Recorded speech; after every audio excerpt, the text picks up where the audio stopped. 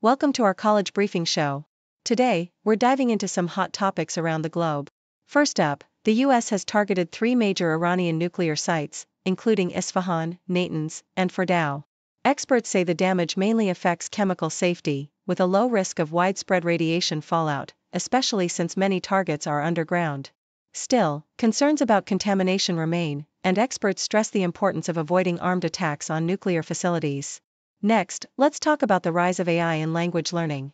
AI systems are now acing English tests with astonishing scores, even surpassing human students. While Japan pushes for more English education to prepare for a global future, some wonder if traditional methods will survive the AI revolution.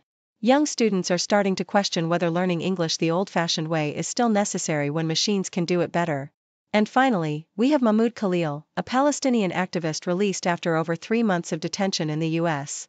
Khalil vows to keep protesting against Israel and the war in Gaza, standing firm for free speech and human rights. His case has sparked debates about government power and the rights of non-citizens to speak out. Stay tuned as we explore these stories in detail. Please continue to watch for more. The Sydney Morning Herald vividly describes the recent US military strikes on Iran's key nuclear sites, depicting the scale and potential hazards of these actions. The strikes targeted facilities such as Isfahan, Natanz, and Fordow, with the US launching Tomahawk missiles and bunker busters, respectively. Experts like Richard Wakeford and François Diaz-Morin warned that while enrichment plants generally pose low radiological risks due to their design, damage to research reactors and waste sites like Isfahan could lead to significant chemical contamination and radiation hazards. The potential release of radionuclides from damage to reactors or reprocessing plants raises concerns about environmental contamination, although experts believe the radiological threat remains contained within the sites, especially given the underground nature of some facilities like Fordow. Nikkei Asia explores the transformative impact of artificial intelligence on English language education, highlighting how AI's proficiency in answering exam questions and achieving high TOEIC scores challenges traditional learning paradigms. The article narrates the rapid adoption of English education in Japan, driven by business needs and parental enthusiasm, with international schools and English kindergarten programs flourishing. Yet, it raises a provocative question: as AI becomes increasingly capable of mastering English, is formal language instruction still essential? The story is brought to life through a 5th-grade classroom, illustrating the shifting landscape where AI's linguistic prowess prompts educators and students to reconsider the future of language learning, emphasizing practicality and adaptability over rote memorization. The Globe and Mail provides an insightful overview of Iran's sprawling nuclear infrastructure, emphasizing the strategic and geopolitical significance of sites like Natanz, Fordow, Isfahan, and Kandab. It details Iran's controversial nuclear program, which, despite claims of peaceful intent, has been under scrutiny for its expansion and potential weaponization. The article vividly describes the underground and fortified nature of many facilities, such as Fordow's mountain bunker, which was reportedly targeted by US strikes. It underscores ongoing concerns about Iran's uranium enrichment to near weapons-grade levels, the development of heavy water reactors capable of producing plutonium, and the broader implications for regional stability. The narrative paints a complex picture of a nation balancing technological advancement with international diplomacy, where each site's fate could influence global security dynamics.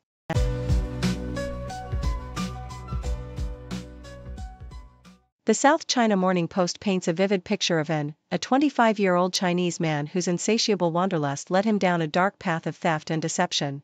Despite holding a respectable job in human resources and graduating from a prestigious Shanghai university, An's extravagant travel habits, over 120 trips in just 3 years, were financed by stealing wallets from colleagues and strangers alike. His social media showcases his adventures, but behind the scenes, he was orchestrating a web of petty thefts, including stealing wallets at work and at airports, to fund his globetrotting escapades. His confession reveals a complex obsession with travel and socializing, even engaging in casual sex with new acquaintances he meets abroad, all driven by a desire to showcase a glamorous lifestyle online, regardless of the moral cost. The Toronto Star highlights Weihiwa Aloy's remarkable journey as a young baseball star who clinched the prestigious Golden Spikes Award, recognizing him as the nation's top amateur player. Aloy's stellar season with the Arkansas Razorbacks saw him excel in nearly every offensive category: batting average, home runs, hits, and RBIs, while also demonstrating exceptional defensive skills with minimal errors. His leadership and consistent performance propelled Arkansas deep into the College World Series semifinals, earning him All-American honors and cementing his status among baseball's brightest prospects. Notably, previous Golden Spikes winners have often transitioned into successful major league careers, with many earning Rookie of the Year, MVP titles, and World Series championships, underscoring the award's significance as a predictor of future greatness. The South China Morning Post further explores the fascinating realm of anti-aging science and lifestyle strategies that can significantly reduce biological age, making individuals feel decades younger. American biohacker Brian Johnson spends millions annually experimenting with cutting-edge treatments like stem cell injections and DNA editing, but everyday people can adopt simpler, more accessible methods. British authors Sandra Parsons and Alison Cork reveal how lifestyle changes, regular exercise, improved diet, quitting smoking and excessive alcohol, and managing stress, can dramatically lower biological age, sometimes by decades. Their stories exemplify that slowing aging is not just about expensive tech but also about adopting habits rooted in common sense, staying active, eating well, maintaining social connections, and practicing good sleep hygiene. Scientific advances like epigenetic clocks and biomarkers further empower individuals to measure and influence their aging process, emphasizing that aging well is ultimately within everyone's grasp through mindful, healthy choices.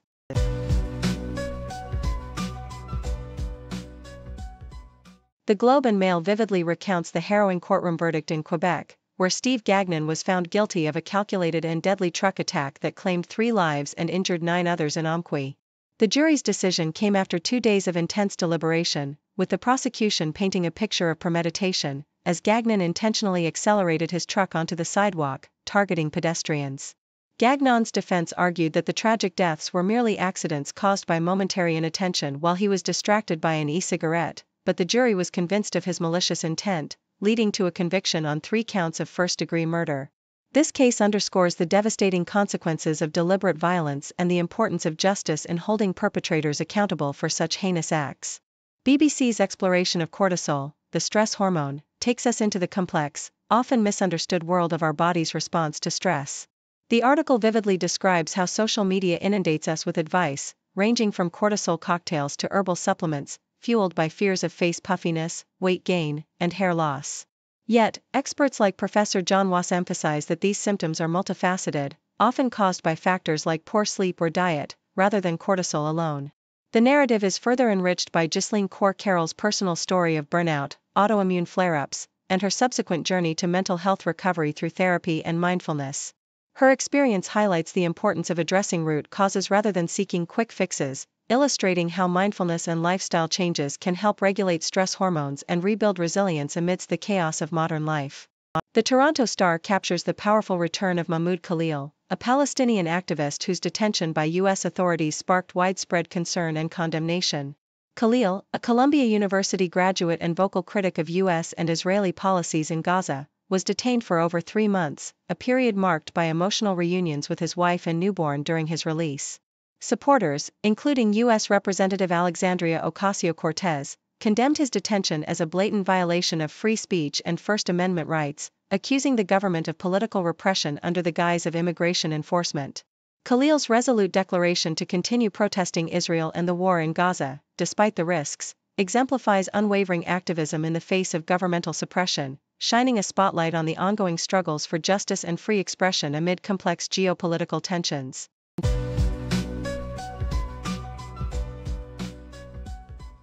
The Texas Tribune reports a bold and controversial move by Texas lawmakers as Governor Greg Abbott signs Senate Bill 10, mandating that every public school classroom display a poster of the 10 Commandments by September.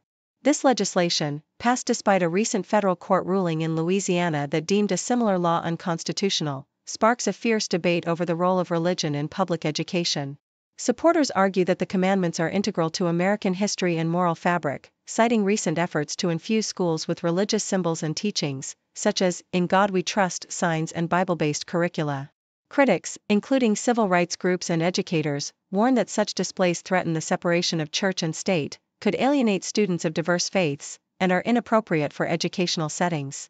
The law's supporters believe it will bolster moral values amid what they perceive as a moral decline, while opponents emphasize the risk of promoting religious indoctrination in public schools. CBC details the ongoing struggles with overcrowding in Surrey, British Columbia, where the provincial government has invested over $1 billion since 2017 to expand educational infrastructure, yet the problem persists. As a response, several schools have adopted staggered schedules, with some starting earlier and ending later, to accommodate the surging student population.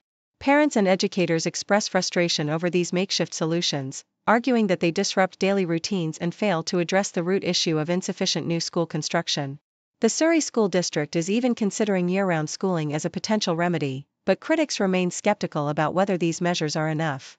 Minister Bowen Ma defends the government's efforts, highlighting the $6 billion invested in new schools and additions, emphasizing the unprecedented population growth as the primary challenge that requires patience and continued investment to resolve.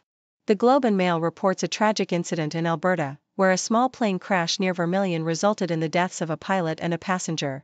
The aircraft, a small private plane, crashed approximately 1.2 kilometers from the local airport, with RCMP and transportation safety authorities launching investigations into the cause of the accident. The pilot, a 46-year-old woman from Slave Lake, and her 76-year-old male passenger from Manville, did not survive the crash. The Transportation Safety Board has been called in to determine what led to this devastating event. The incident underscores the dangers inherent in small aircraft travel and marks a somber moment for the local community, adding to the ongoing conversation about aviation safety and the unpredictable nature of small plane flights.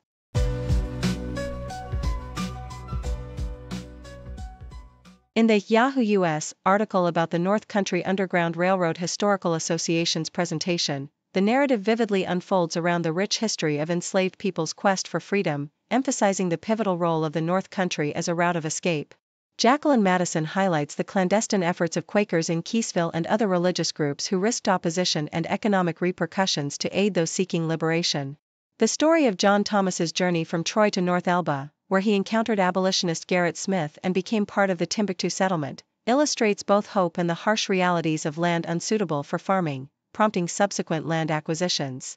Madison underscores the importance of teaching Juneteenth's significance, a holiday established in Texas and later nationally, as a reminder of the ongoing struggle for freedom, drawing parallels to contemporary issues at the Canadian border and the importance of remembering history to prevent its darkest chapters from recurring.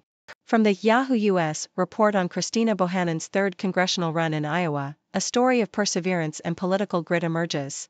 Bohannon, who nearly unseated incumbent Marionette Miller Meeks in 2024, is depicted as a dedicated advocate for the people, criticizing the Congresswoman's ties to corporate interests and her voting record that favors partisan agendas over constituents' needs.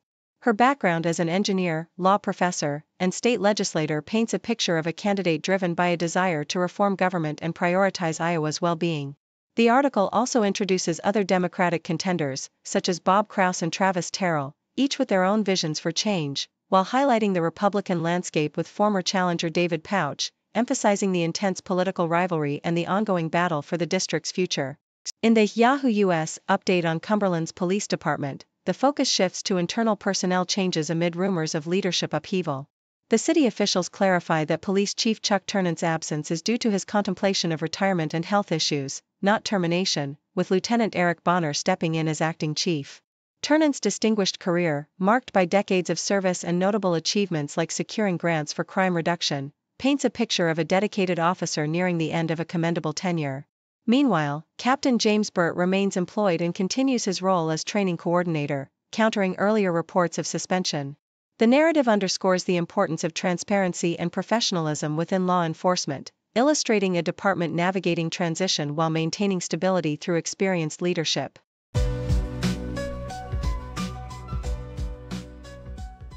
Thank you for tuning in. The content above showcases the latest briefing reports and analytical synopses, thoughtfully curated by the 6Do team. These insights stem from a wide array of reputable media outlets, think tanks, government sources, and specialized experts worldwide. We encourage you to explore these sources for a comprehensive perspective. Keep in mind that while the content may not always align with the official standpoint of 6Do Brief, it's not meant to be taken as absolute directives for decision-making. Comprising seasoned media professionals, learned scholars, and accomplished scientists, the 6Do team embodies a trailblazing, fully independent media entity. To customize 6Do Brief to meet your professional needs, you have the option to subscribe to a diverse array of briefings on our website, 6dobrief.com. Regardless of your location, you can conveniently receive 6Do Brief via email. News breaks, buzz the ground, stories spit, walls come down, voices merge in the sound,